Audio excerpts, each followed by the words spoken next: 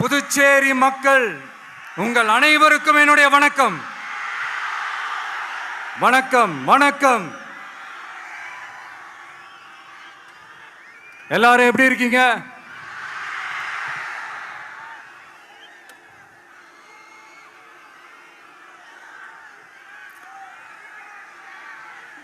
இந்த ஒன்றிய அரசுக்கு தான்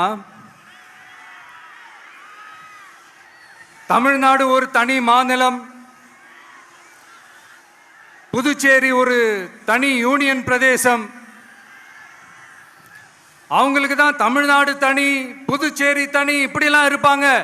ஆனா நமக்கெல்லாம் அப்படி கிடையாதுங்க. நாமெல்லாம் வேறு வேறு கிடையாது. நாம் எல்லாரும் ஒண்ணுதான்.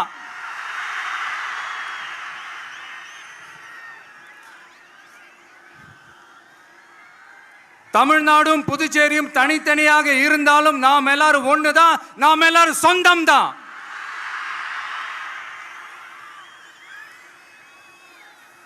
வேற வேற வீட்டுல, வேற வேற ஊர்ல, வேற நாட்டுல, வேற ஸ்டேட்ல இருக்கிறதுனால நாம் எல்லாரும் சொந்தங்கள் இல்லைன்னு ஆயிட முடியுமா? அது எப்படி முடியும்? இப்ப பாத்தீங்களா, ஒருத்தருக்கு ஒருத்தர் பார்த்துக்கும் போது அந்த பாச உணர்வு, அதுதாங்க, அது மட்டும்தான். அது இருந்துட்டாலே போதும், வேற எதுவுமே தேவையில்லை.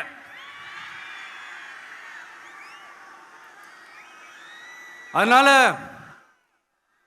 தமிழ்நாடு, புதுச்சேரி, கேரளா, கர்நாடகா, ஆந்திரா மட்டும் இல்ல, உலகத்துல எந்த மூலையில நம்ம வகைரா இருந்தாலும் அவங்க எல்லாருமே நம்மளோட உயிர் தான். அவங்க எல்லாருமே நம்மளோட உறவு தான்.